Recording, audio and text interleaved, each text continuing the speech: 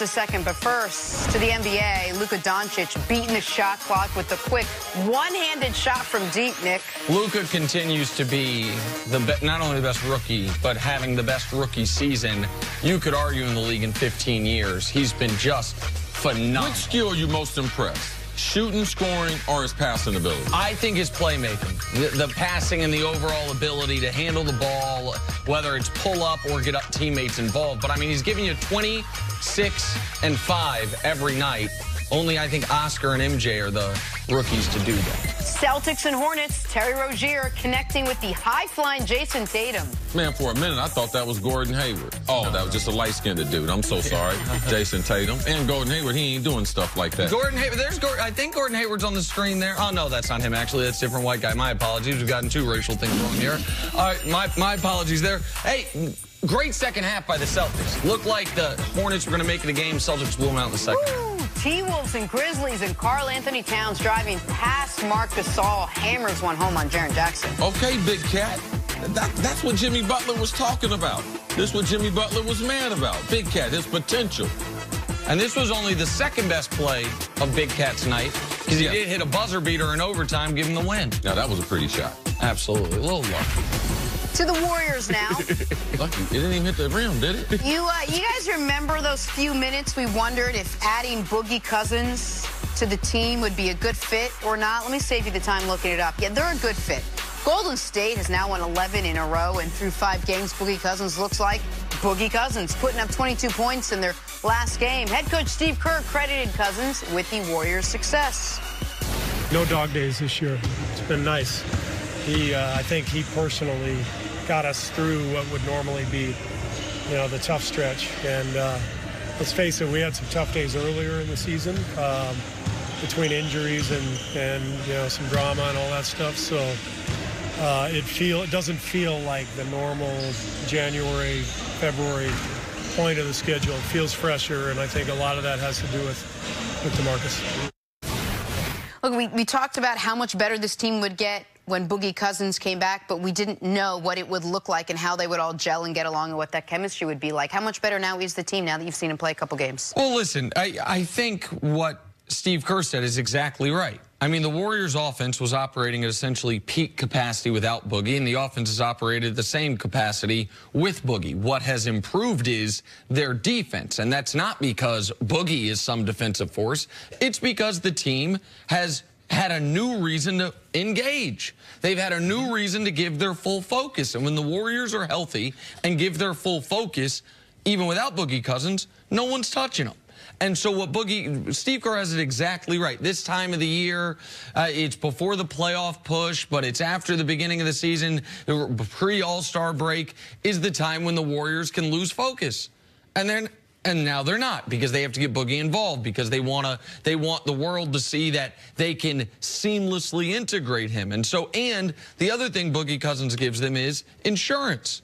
That if somebody does go down, a thin team is not that thin anymore, because you have another superstar that can just increase his usage rate. So, yeah, he gives them a margin of error, and he gives them motivation, and that's all the Warriors, the most talented team ever put together, have ever needed. The Warriors, there's several phases. What they do are very, very special. Their overall ball movement, very, very special. Their spacing, because the pressure they put, because the phenomenal shooters that they have, it's one of a kind. And when they want to play in defense, they're the best in the league. Like when they set their mind to it. So yes, Boogie coming back, it gives them a different set of intensity, gives them a different set of goals, game in and game out. And when you've been playing as many playoff games, as many championships that they've won over the last 4 years, you need a little restart like this. It helps out organization. There is a lull period in the NBA. About 2 weeks before the All-Star break, the games get a little more physical. Guys start getting a little more tired. They start getting a little chippy. You start seeing technical fouls, start seeing guys thrown out of games. The Warriors needed this. In this run that they've been on, they need a couple little things, and they've gotten that. Boogie Cousins, besides Clay, he's a better basketball player than anyone the Warriors have had. So now they got KD, What do you mean? I mean, I'm talking outside of all the players they've had in this championship run, outside of Steph and KD. Okay, there you go. Gotcha. I understand what you're saying. Boogie is a beast. They're doing pick and roll with Boogie. All right, so now Steph decides to, do I go to the hole or do I throw it out to a 6'10 guy shooting a 28-footer? They've never had that type of option, and Boogie brings a type of intensity that I believe it's going to help Draymond, because Draymond is typically the guy that brings the energy game in and game out. So this is what I thought it was going to be. Boogie's a special player. And it should be noted that let's look at the 14 games before Boogie came back. The Warriors had hit their stride. They were 13-1, and they were outscoring opponents by 16 points per game. In the 5 games with Boogie, they're 5-0 and outscoring opponents by 16 points per game. And this is why I had one of my friends in NBA front office guys, when the Warriors got Boogie, said, oh, I think, Nick, you're way overreacting. Because when the news came out, I went on Twitter and I was upset. Let's call it that. Okay. And he said, he made the point, their offense can't get better, and he's going to hurt their defense. So how does he make them better? And the point I made was the Warriors didn't need to get better to win another title. They just needed to avoid catastrophe.